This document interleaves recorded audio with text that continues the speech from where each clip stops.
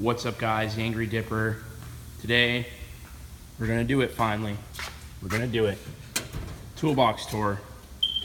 So the box is a Husky 7-door cab, Craftsman 3-door top with a flip-up lid, and a Craftsman 2-door service cart. Are you making the video? I am making the video. This is Sully. He likes Snap-on.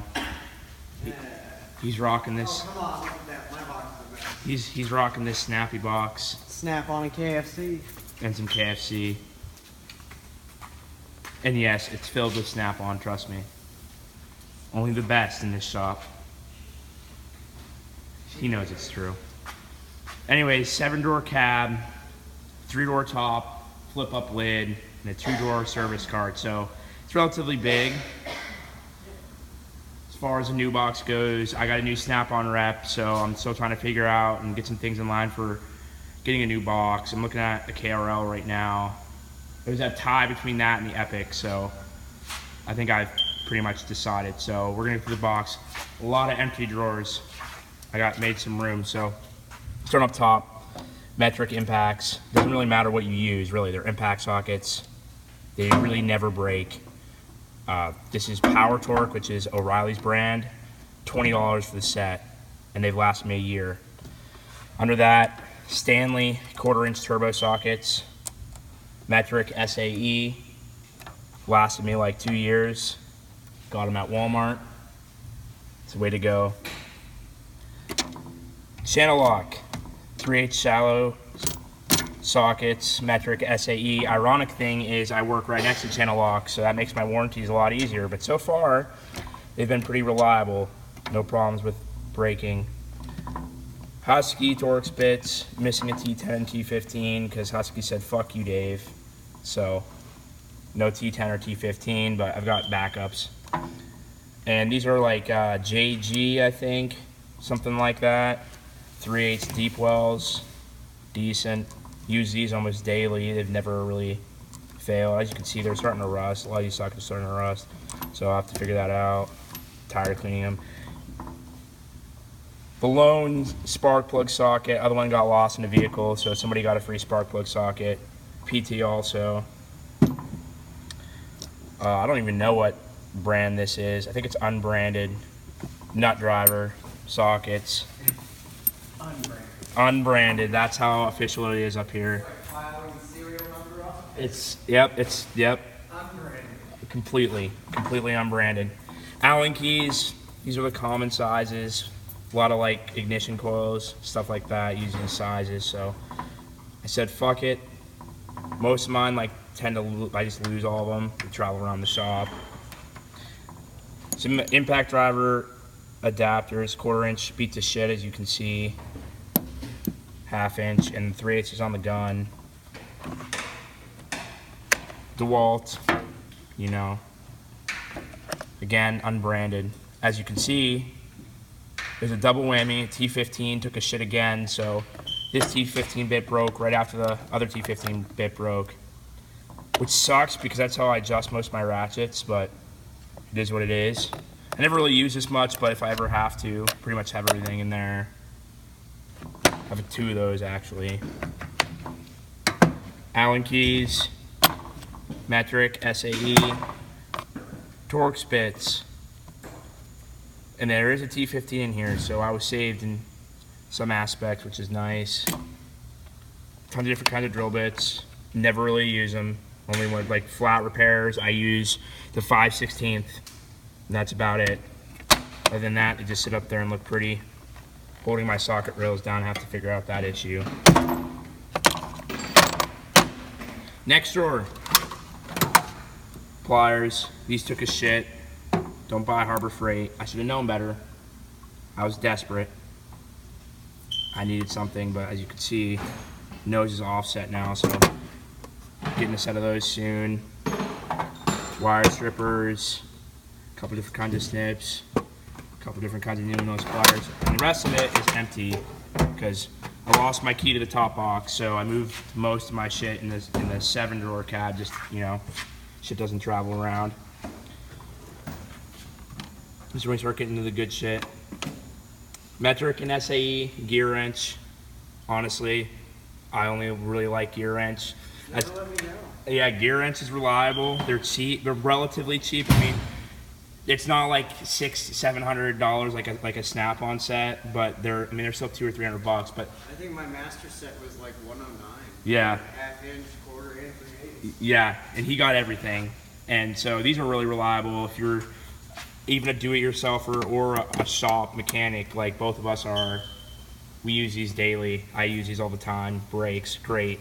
And the ratcheting, the teeth, I thought they weren't going to hold, and it's a 12-point open-ended or combo side. And I thought that this wasn't going to hold, but it has. It's put up with cheater bars and everything. It's never failed or had to be warranted ever. And the ratcheting, which is nice. I'm working on. I ordered a bunch of shit, but unfortunately, I work so much, it's just hard to get a hold of it. But flare nut, flex head flare nuts, and box ends, which box ends are great in a lot of scenarios. 3/8" flex head ratchet, Pittsburgh, excellent. The only downside is the head gets really loose, and that gets annoying. I probably have to tighten it almost every single time I put it through steady use, like any kind of brakes or suspension or anything like that. Like an oil change, it's all right, but any time you use it for an extended period of time, the head gets loose. It's a T15 screw holding it in. Once you tighten it up, it gets all right. This has been used a lot, and it's real fine. I think it's a 72. Probably, it feels like a 72. Decent. I use that every day. Don't know what this is. Found it on the side of the road, but it locks. Hell, is that another unbranded? It is unbranded, I believe. So it says Taiwan on it, so it's probably a piece of shit. Honestly, I've never used it. Same with the 1/4 inch. I had a really good 1/4 inch. It was a Snap-on, but when I moved, it just disappeared from the box. So that's an Evolve by Craftsman, which I'm not a huge old-time Craftsman fan. All right, so we got 1/2 inch, 1/4 inch, 3/8 Wobble extensions. Best $20 I've ever spent in my life. Oh yeah. $20, dude. And I honestly didn't think that they were gonna hold up, but they've held up on impacts, on ratchets, anything you can think of. These have held up, so I really can't complain. There's a couple channel locks and like a Snap-on extension, but for the most part, it's like a $20. I mean, they're extensions. I'm not going to use them all the time, so I'm not going to spend like a lot of money on stuff I don't use all the time. So going back here, this is one of my first tools ever. I never use it now because I have tons of other alternatives, but Stanley ratcheting. I mean, at the time I thought it was the coolest shit in the world, but now I have so many other tools that I rely on over that. A couple different nut drivers, Milwaukee. Flatheads over here, as you can see, very picky and organized, brand up. This Craftsman USA before they went to shit, so these are decent. Put up with a lot of abuse, never failed. I like the end. Before they went to shit. Craftsman and Snap-on are the same thing. Is that the Gearwrench box? Oh yeah. Look at this thing. Yeah. I mean, and it's quality tools. Like, how much you get that for? I think they're like 109. Yeah, you can't match that shit. Just to buy a Gearwrench ratchet, you're probably like $30 just for the ratchet.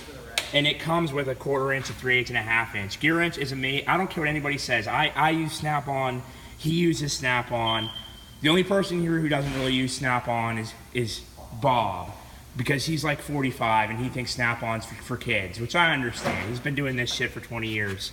So he likes Harbor Freight and Craftsman.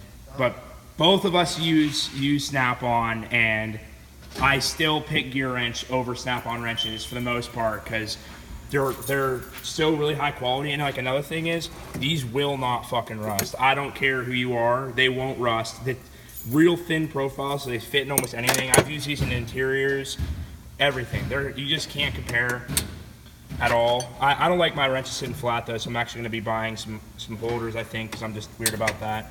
Anyways, back to the drawer I was on because I keep getting sidetracked. The Craftsman USA are actually really good, but I'm going to probably put some Snap-on in for more mainstream use, I guess. But of course. It's a great day in Monroe. Of course. But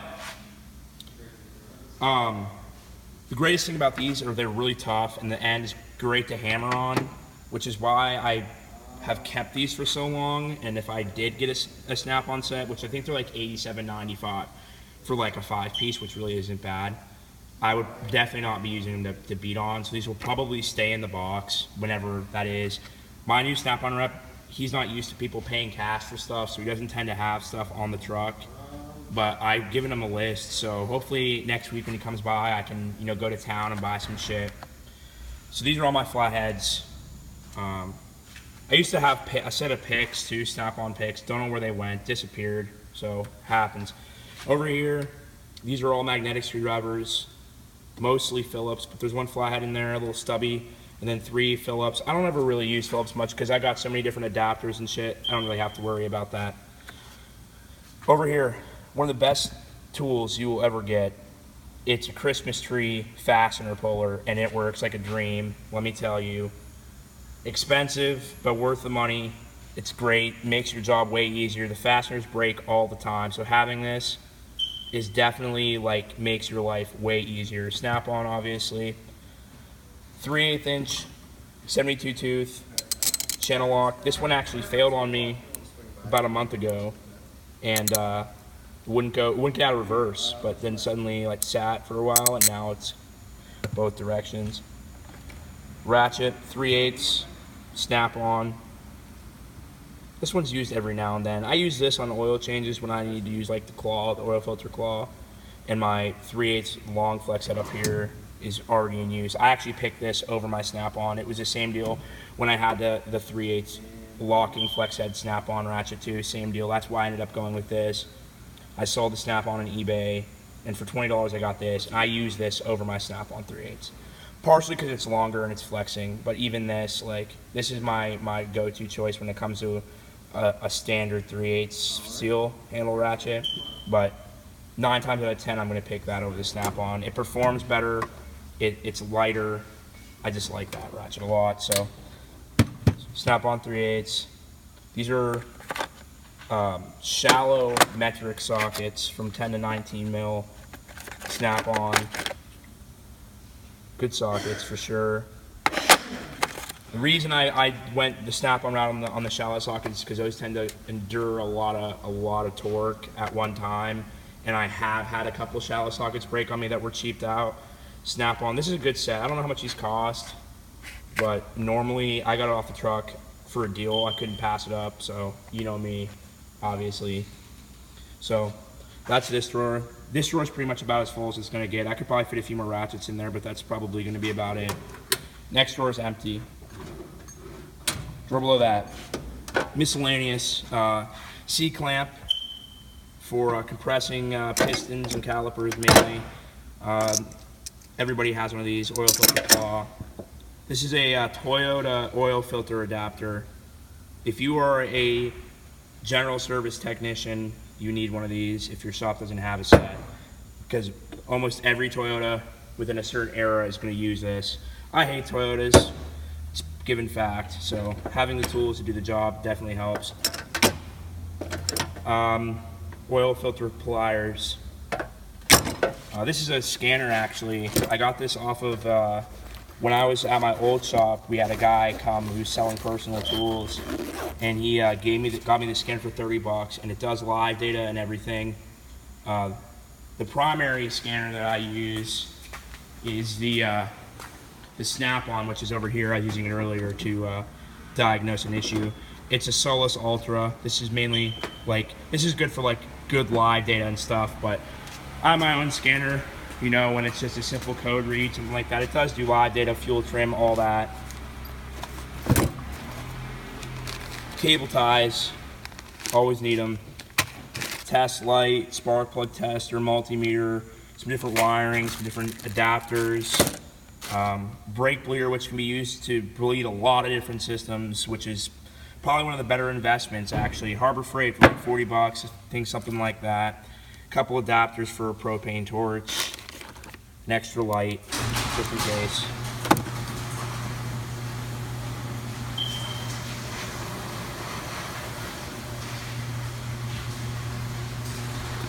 Shop doors, loud as shit. Spark plug gap gauge. That's what this steel plate up here is for. Gapping spark plugs. Just tap them on there. It's a lot easier. Next drawer. Lacking, for sure. Missing a lot of tools. When I moved out of my shop, a lot of shit came up missing or it broke. This needs warranted, snap-on. I think it's like a 3/8. What I do know is it's the CDR 4850, and I'm trading that in for a 14.4 micro lithium just because the batteries are more universal, and it's like $380 for the kit, and it comes with 2 batteries and the tool. And to get this rebuilt, it's going to be like $200 some, and it's been in the box for like 3 or 4 years now, so I think it's time. Time has come. Harbor Freight, 500 foot-pound, 1/2 inch impact. Got this for $40 new. I cannot complain, $40, but I'm gonna have to get another 1/2 inch just because it's met its match lately. I don't know if it's just age or what it is. It never had a problem. It would torque off any kind of lug or anything really with no problem, but lately it hasn't been doing that for me. This, excellent tool. Get it off your Mack truck. I think that's where I got this from. 20 volt DeWalt impact driver.